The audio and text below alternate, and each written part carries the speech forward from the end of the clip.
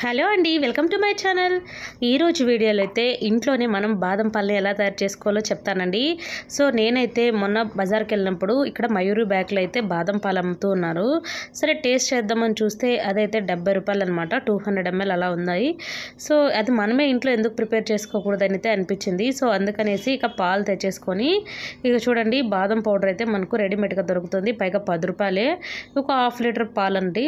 So అవన్నీ తీసుకొని పాలు బాగా మరిగిపెట్టిన తర్వాత ఇక పాలలో ఆ బాదం పాల పౌడర్ అయితే వేసేసాను. ఆల్రెడీ ఈ పౌడర్లోనే మనకు కొద్దిగా చిన్న బాదము, ఇలాచి ఇవన్నీ మిక్స్ అయిపోయినాయి అనమాట. ఇక ఇంట్లో నేను కూడా చిన్నగా బాదం మొక్కలను అయితే కట్ చేసేసుకొని ఇందులో వేసేసుకున్నాను.